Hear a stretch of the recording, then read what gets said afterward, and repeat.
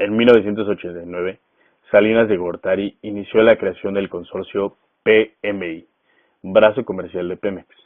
En 1993, PMI le compró a Shell el 50% de las instalaciones de la refinería Deer Park en Texas. ¿Por qué invertir en refinerías extranjeras y no en las refinerías mexicanas? Tula, Cadereyta, Minatitlán, Salamanca, Madero y Salina Cruz. Actualmente Madero y Salina Cruz están fuera de operación. El hoyo negro de Pemex. Jeffrey Leboeuf y Ruth Cobb son dos norteamericanos con más suerte que cualquier mexicano.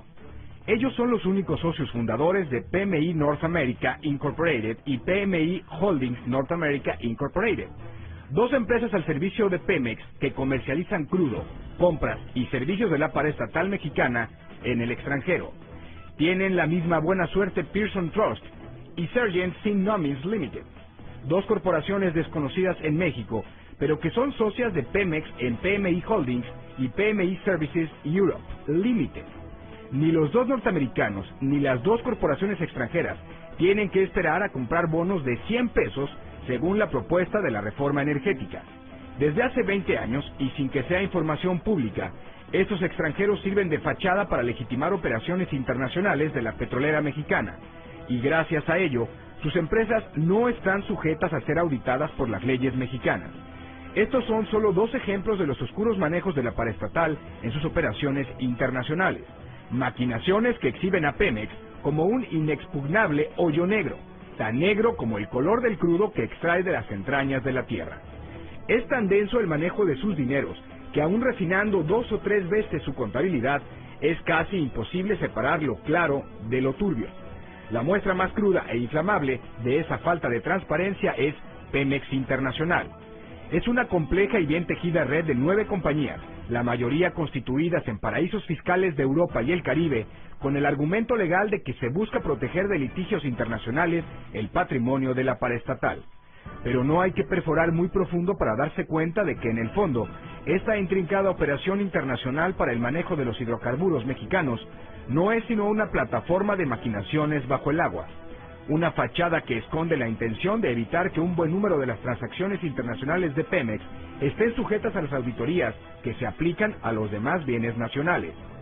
Reporte Índigo tuvo acceso a investigaciones realizadas durante el sexenio de Vicente Fox, en las que se pone al descubierto por primera vez el complejo entramado legal y fiscal en el que se pierden las contabilidades de las más jugosas operaciones de hidrocarburos en el mundo.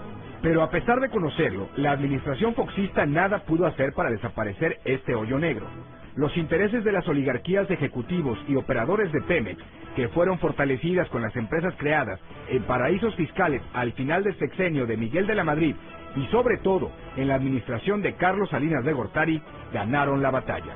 Hoy que se debate el futuro del petróleo mexicano, el primer paso que se debe dar es transparentar el manejo de Pemex.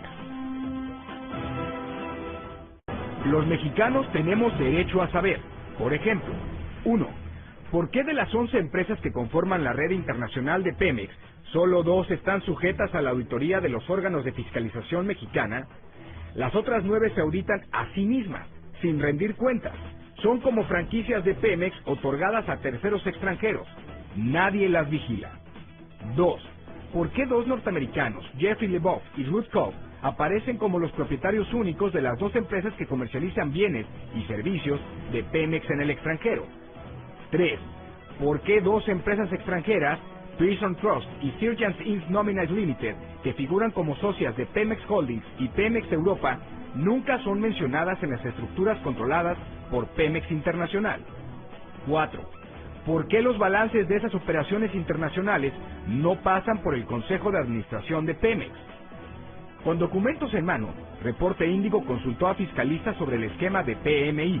Su conclusión fue que los mecanismos legales y fiscales aplicados permiten presumir una bien montada red para no transparentar operaciones e incluso para ocultarlas. Advirtieron que este esquema es abiertamente violatorio a la Constitución mexicana, la cual prohíbe que terceros, que no sea el gobierno mexicano a través de Pemex, puedan ejercer soberanía sobre los contratos de venta de hidrocarburos nacionales.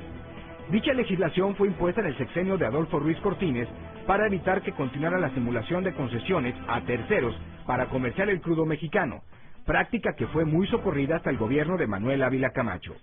En ese entonces, Pemex vendía el crudo a un puñado de coyotes de energéticos nacionales y extranjeros, quienes con esa patente de distribuidores lo colocaban en el mercado internacional, obteniendo a cambio jugosas comisiones. Vinieron los tiempos de José López Portillo. A finales de su sexenio, apareció el escándalo de la venta de crudo mexicano en el mercado de Rotterdam, Holanda. El nombre de la hermana incómoda, Margarita López Portillo, apareció detrás de esas operaciones de crudo mexicano en el mercado spot europeo. Hasta que llegó el sexenio de Miguel de la Madrid y el subsecuente de Carlos Salinas de Gortari, apareció la figura legal de PMI, Pemex Internacional. Su objetivo era comercializar el petróleo, colocar fondos en certificados, financiar operaciones como Pidiregas y dar servicios desde el extranjero a Pemex. En el periodo de Miguel de la Madrid se crearon PMI Holdings, marzo de 1988, PMI Services, marzo de 1988, Pemex Services Europe Limited, mayo de 1988, PMI Services North America, mayo de 1988, y PMI Holdings, julio de 1988. Cuando gobernó Carlos Salinas, se crearon PMI Comercio Internacional SADCB, mayo de 1989, PMI Holdings North America, julio de 1992, PMI North America SADCB, enero de 1993, Deer Park Refining, febrero de 1993, y PMI Trading Limited, mayo de 1993. De las 11 empresas, solo 2, PMI Comercio Internacional y PMI Norteamérica, son mexicanas. Las 9 restantes fueron creadas fuera de México para evitar que Pemex apareciera como compañía en el exterior y que pudiera ser demandada contractualmente como empresa del Estado mexicano. Y aunque el capital de esas empresas es aportado por Pemex, todas son consideradas no paraestatales. Ese hecho legaloide les permite estar al margen de la legislación que se aplica a todas las empresas que pertenecen al gobierno. Con eso se le da vuelta a todo tipo de controles, incluidos la contabilidad oficial, presupuestos, controles de la Auditoría Superior de la Federación, de la Secretaría de la Función Pública y de Transparencia. Simplemente se auditan ellas mismas. Pero incluso, partiendo del supuesto de que todo lo que hace PMI sea válido, el Consejo de Administración de Pemex tendría que recibir cuentas de esas operaciones, y eso no sucede. Si acaso las decisiones comerciales de PMI pasan por el llamado Comité de Comercio Exterior de Petróleo, pero el hecho que llama la atención es que ese comité no existe jurídicamente. Todo lo anterior solo garantiza una cosa: que las operaciones entre Pemex y las corporaciones creadas en paraísos fiscales estén lejos del escrutinio público. ¿De quién es el negocio?